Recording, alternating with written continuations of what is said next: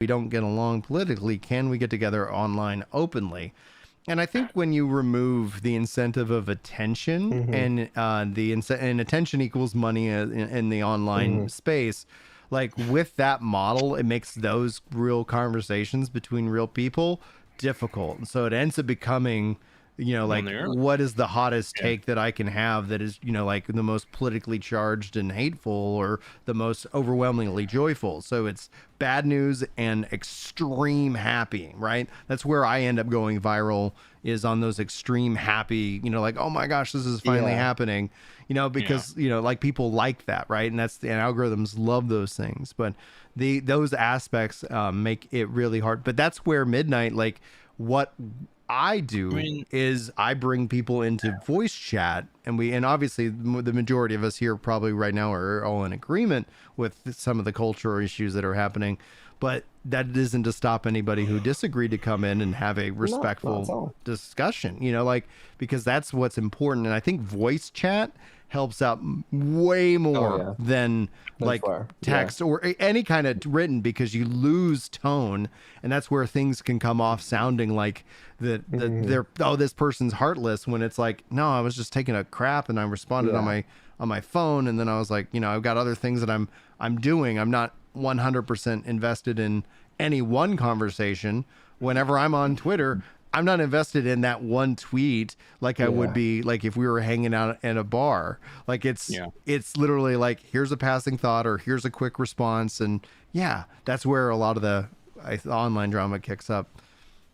It's because you just don't see people as humans. You see them as NPCs, effectively. Well, that's the problem with pornography too. It's like pornography. The problem with pornography is that it doesn't show enough of the person. It dehumanizes them. It turns them into an object, and social media can have the same kind of impact. It's convenience. It's the worst part of convenience. I think the issue with pornography too is that like it shows the physical side of quote unquote romance as opposed to what should happen. They basically show the act without all of the meaningful build up to the act. It becomes commoditized. Yeah. Right. Yeah. I guess it's because some of us have more of a religious background. Like when I was I have very New Zealand friends, and some of them are the more trick. They just want to matchmake you all the time, the parents, and you're just like, no, thank you. I don't know, man. Like as we see all these kids not getting married and not having families, like I'm like, I don't know, man. Maybe we're gonna end up bringing back matchmaking, and guys, let's lock these kids down today. Send me some goats. Great grandparents on my mom's father's side were match made. Yeah. And that turned out pretty well. Yeah. It was very hard. They stayed together till they died. So my gran was and my grandfather was a Protestant, so it was very unpopular at the time because she was Irish, she was Scottish, so it was very unpopular. Yeah. And it was just like she was kind of like the beauty in a sense of the town. Like not a lot of people, right? But it's like he was younger actually, and he ended up going up to her, and I think she was impressed by that. But it's just like they ended up having 7 kids. That's awesome. Yeah. It's like her mother had 14. Offset the replacement. And it's like my mom has 1. If we were able to have kids, because me and my wife weren't able to for a long time, but like if we were able to, like honestly, I'd probably have more than 6.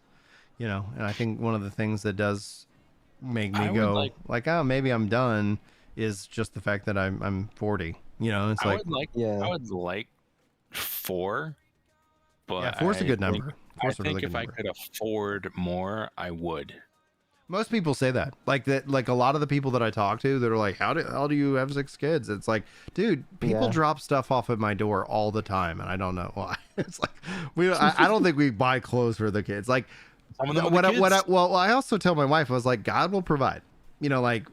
I'm not worried. Like when 2008 hit, I got laid off, and my dad was like freaking out, and I've always, I don't know why, but I've always just been like, God will provide. He'll tell me he needs me to go somewhere else, and I'm just gonna listen to see what that is. I don't know, so I'm gonna just. Stoic of you.